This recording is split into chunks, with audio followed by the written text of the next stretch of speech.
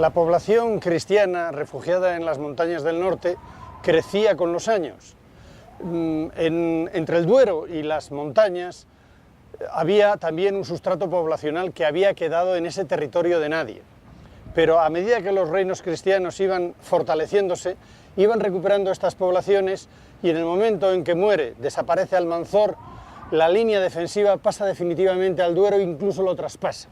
Estamos en el castillo de Gormaz y esta puerta simboliza el salto que da la Reconquista en el momento que la frontera del Duero se va alejando cada vez más en busca del Tajo. En este territorio se establecen pequeñas poblaciones, pequeños pueblecitos, es una cultura todavía rural porque no hay grandes ciudades, solamente Burgos y León, con su iglesita románica correspondiente.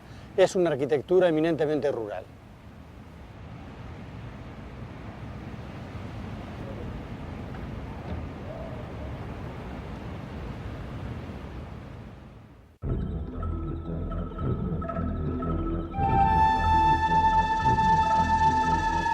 Cuando los árabes llegaron a España, no crean que lo hicieron para quedarse en los Pirineos, que va, ellos pretendían, con su expansión, quedarse con el Imperio Carolingio y si podían con toda Europa. En España, en el norte, encontraron más resistencia y se quedaron sin hacer guarniciones. Por lo tanto, la zona del Duero, toda la meseta norte, era una tierra de nadie, pero no estaba totalmente despoblada. Los árabes fortificaron la zona del Duero y los reinos cristianos poco a poco fueron consolidando sus posesiones en el norte, creando más población y avanzando en una cierta reconquista, a la que los árabes quizá no le dieron mayor importancia y eso permitió a los cristianos consolidar su cultura y en torno a las iglesias y a los pequeños castillos crear unos núcleos de población que posteriormente dieron la batalla a los árabes.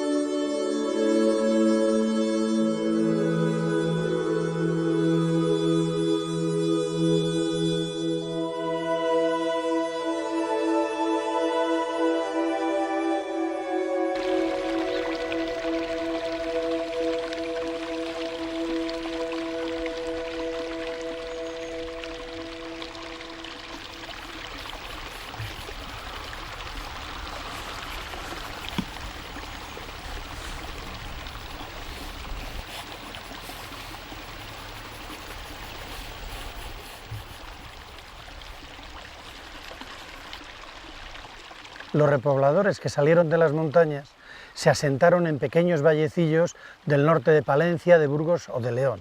En este valle, llamado Valle Espinoso, se colocó un pequeño pueblecillo y la iglesia se ubicó en un altozano. Es una magnífica iglesia románica que además tiene una condición defensiva.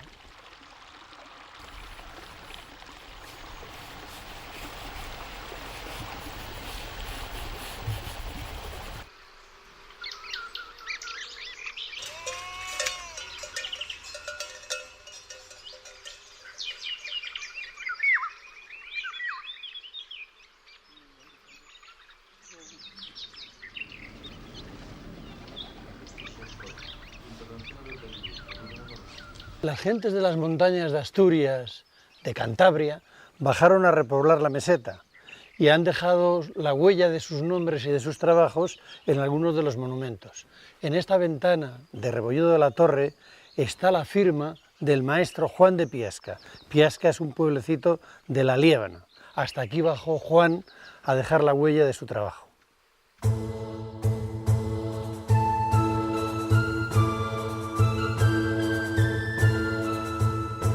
Y así van surgiendo poco a poco pequeñas iglesias y ermitas construidas con materiales sencillos, fundamentalmente mampuesto, cubierta de madera, pero con un concepto común para todas ellas, que es el nuevo románico, el arte que se extiende por toda Europa.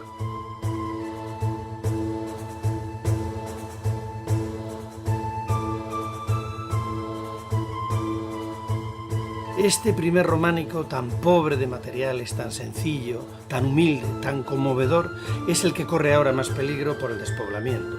Pero somos deudores de él, es deudor de él todo el románico posterior, el de los grandes monasterios, el de las colegiatas y el de las catedrales. Por eso tenemos que velar para que no desaparezca.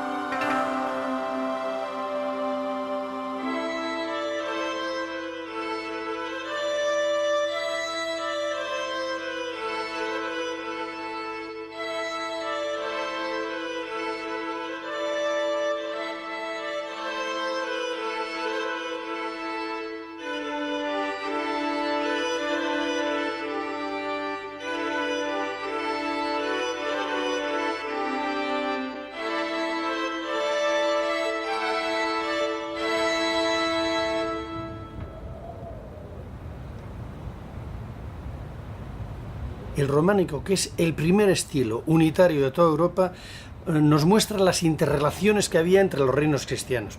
Por ejemplo, en Cervón y en la iglesia desaparecida de la que queda la torre en San Miguel de Llanguas se ve la influencia aragonesa que llega hasta las tierras de Soria, porque probablemente estas tierras fueron repobladas con cristianos de origen pirenaico.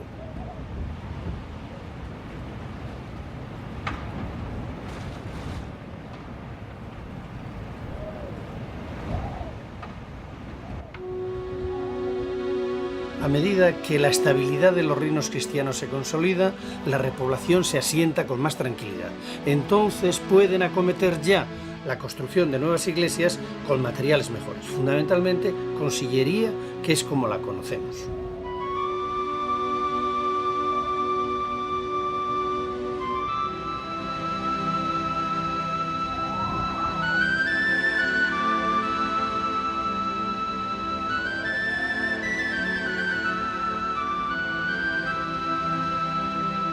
La repoblación de la zona norte del Duero es prioritaria para los monarcas y los nobles que la favorecen. Las aldeas surgen unas cerquita de las otras con una cierta independencia. Incluso no estamos todavía en un dominio feudal, sino que es prefeudal. Posteriormente los señores van afianzando su dominio y podemos hablar de una cierta pérdida de las libertades originarias.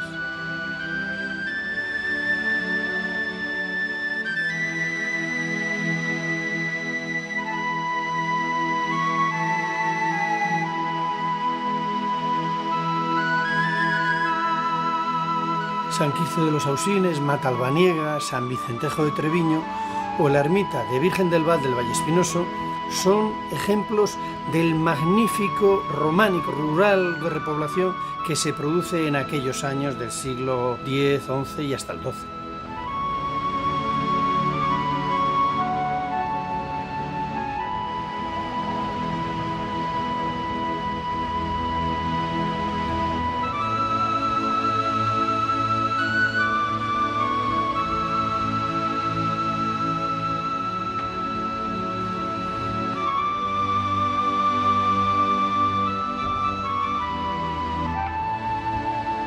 Con la llegada del Císter y la austeridad que propugna, la torre se sustituye por la espadaña.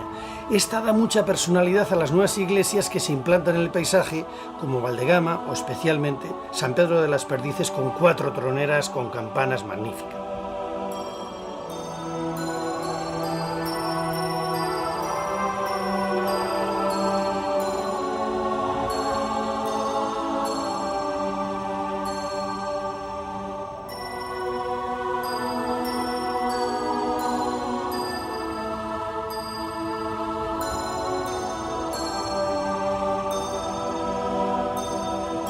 estas pequeñas iglesias y ermitas medio extraviadas en el paisaje, rodeadas por un pueblo en ruinas, medio abandonado o abandonado, nos están diciendo, probablemente con su espadaña, el adiós definitivo.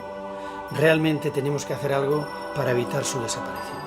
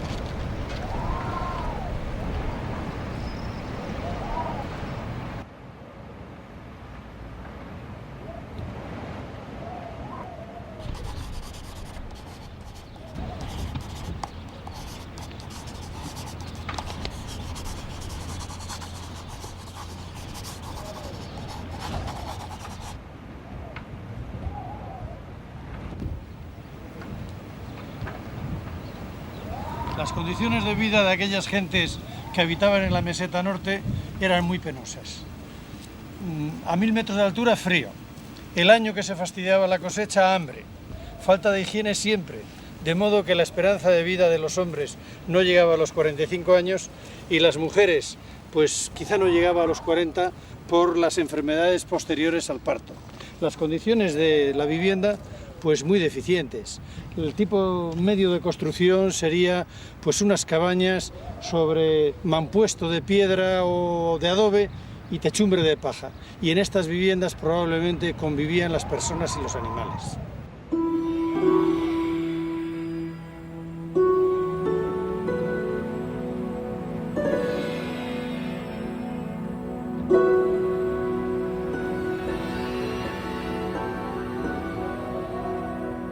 En una fuente judicial de Frisia se dice: «He aquí lo que es un pueblo, el lugar donde se celebran el bautismo, el entierro y las asambleas».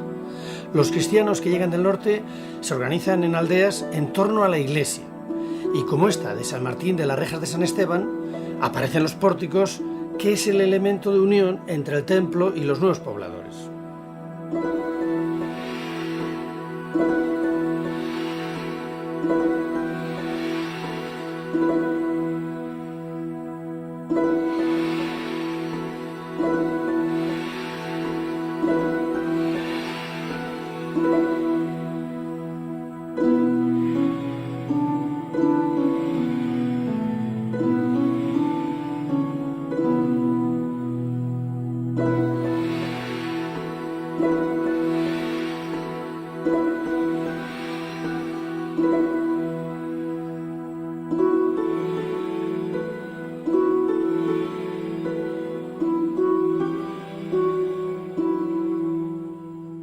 Habían iniciado la repoblación y bajaban hacia la meseta.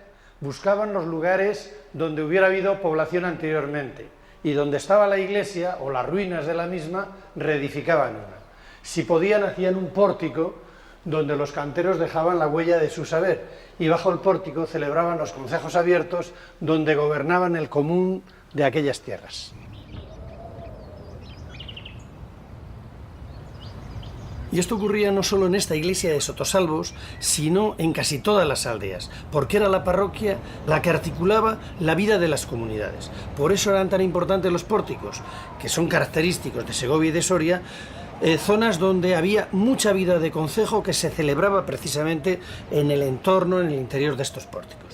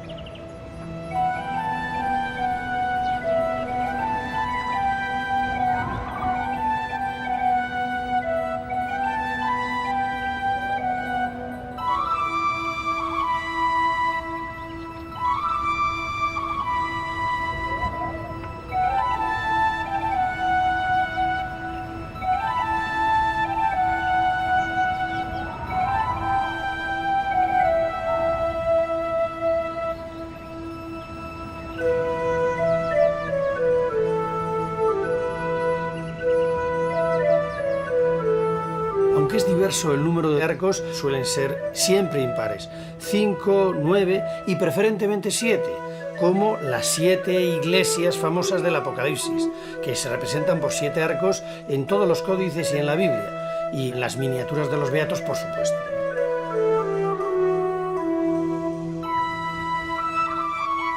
Esta iglesia de Domeñaca, en la provincia de Soria, es un ejemplo muy bueno de lo que vengo diciendo.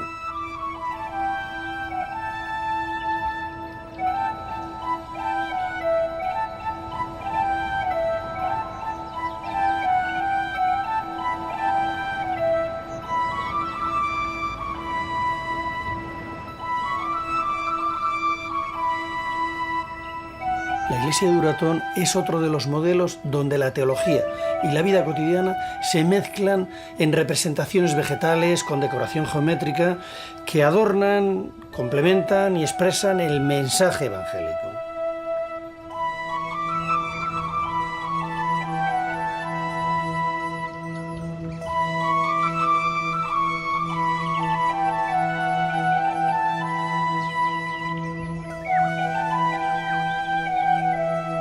Entre las pequeñas aldeas siempre hay una que está mejor comunicada, que es mayor, que gana la primacía. Esa es la villa.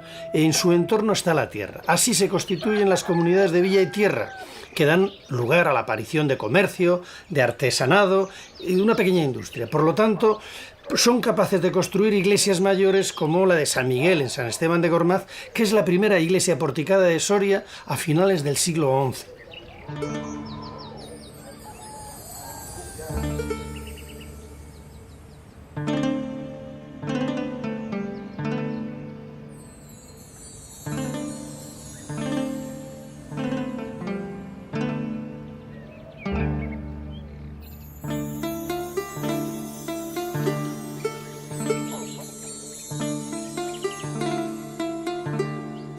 Las comunidades de villa y tierra se desarrollaron porque también a los señores les interesaban. Por eso las dieron unos ciertos privilegios, lo que favoreció una cierta concentración de la población. Estos privilegios se constituyeron en forma de fueros y cartas puebla, que servían para mantener los lugares estratégicos y para favorecer su defensa. La iglesia de Nuestra Señora del Ribero en San Esteban de Gormaz se construyó unos años después de la de San Miguel.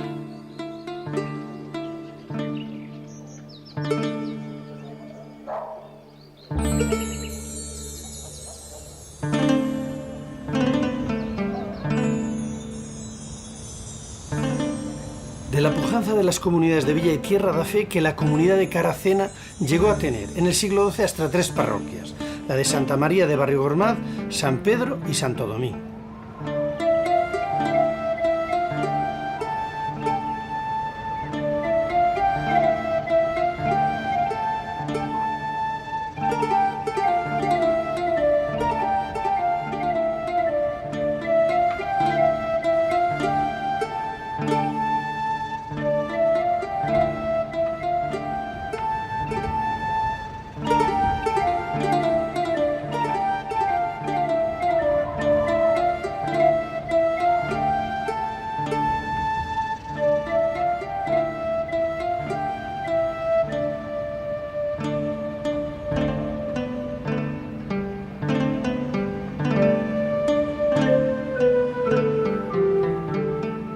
Las tierras sorianas se articulan con este sistema de comunidades de villa y tierra, y eso permite a estos pueblos como el de Caracena controlar muchas aldeas mediante el concejo del pueblo principal.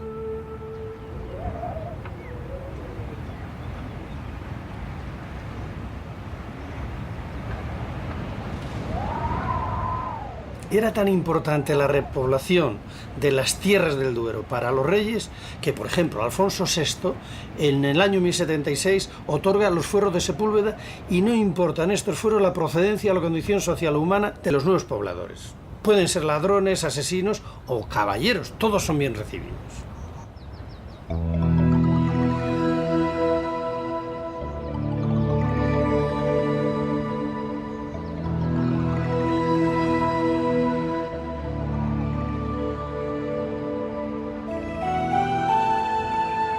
Al concejo le compete el reparto de las heredades entre los repobladores y también fija las tierras que son propias del concejo, competencia también es suya establecer las leyes u ordenanzas que rigen las relaciones entre las pequeñas aldeas y la villa principal.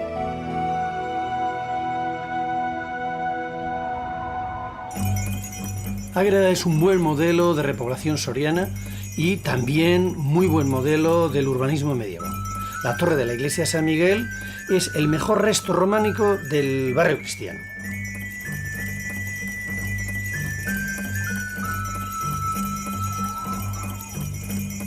Todavía se conservan marcas del barrio judío y parte de la sinagoga.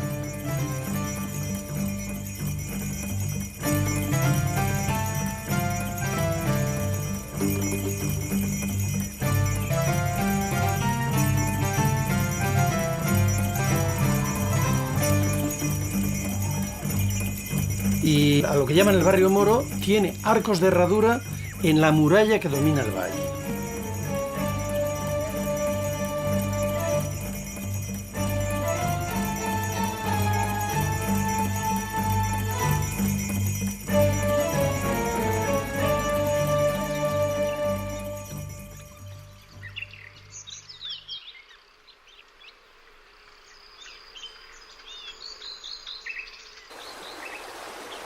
La comunidad de Villa y Tierra de Almazán estaba situada al sur de la provincia de Soria y llegó a agrupar hasta 72 aldeas. Que era una posición fronteriza se ve y se evidencia en las almenas de la iglesia parroquial de San Miguel, que también tenía que proveer a la defensa.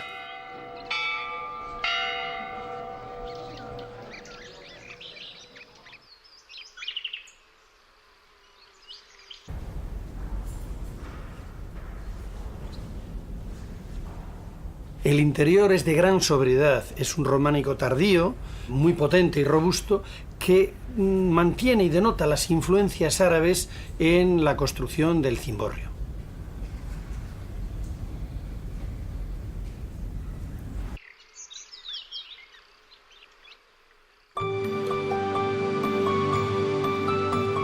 Como proceso natural de evolución, surgen las ciudades en torno a las parroquias de los repobladores.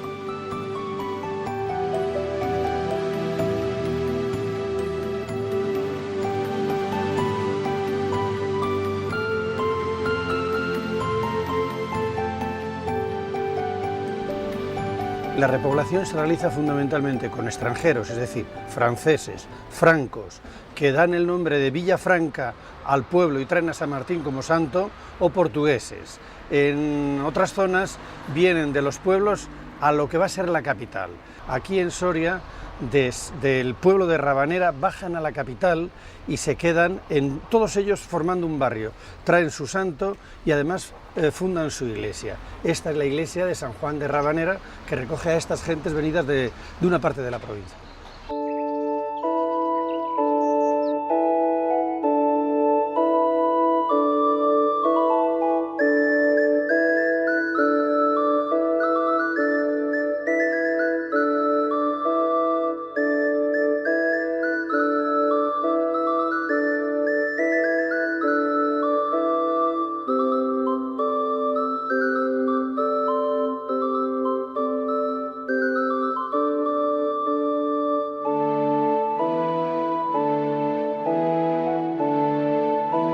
La iglesia de Santo Tomás Cantuariense, Tomás Becket, construida por los maestros de origen inglés Ricardo y Landulfo, se fundó en 1175 en un barrio de repobladores portugueses, que trajo Raimundo de Borgoña para fundar, entre otras ciudades, la de Salamanca.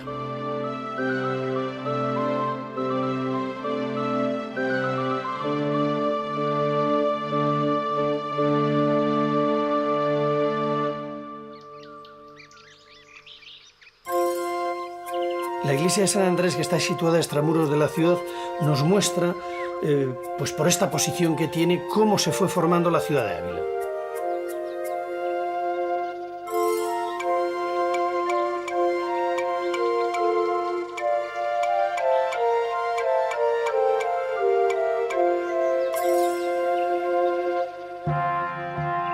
Raimundo de Borgoña no solo repuebla Salamanca, hace las murallas de Ávila, sino que también repuebla Segovia durante la monarquía de Alfonso VI. Y en el año 1088 el románico se instala en muchos barrios de la antigua morería. La iglesia de San Millán, que entonces se construye, tiene proporciones casi de catedral.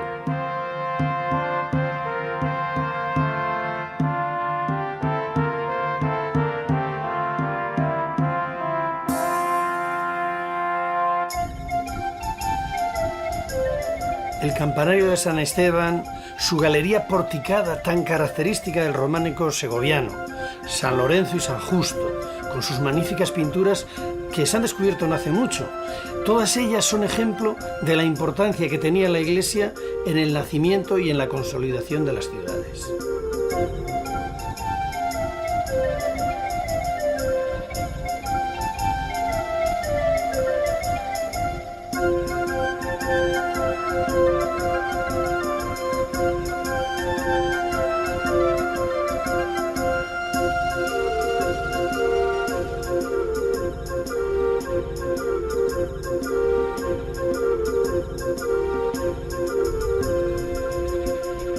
Con el rey Alfonso VI, la frontera del reino cristiano avanza imparable hacia el sur.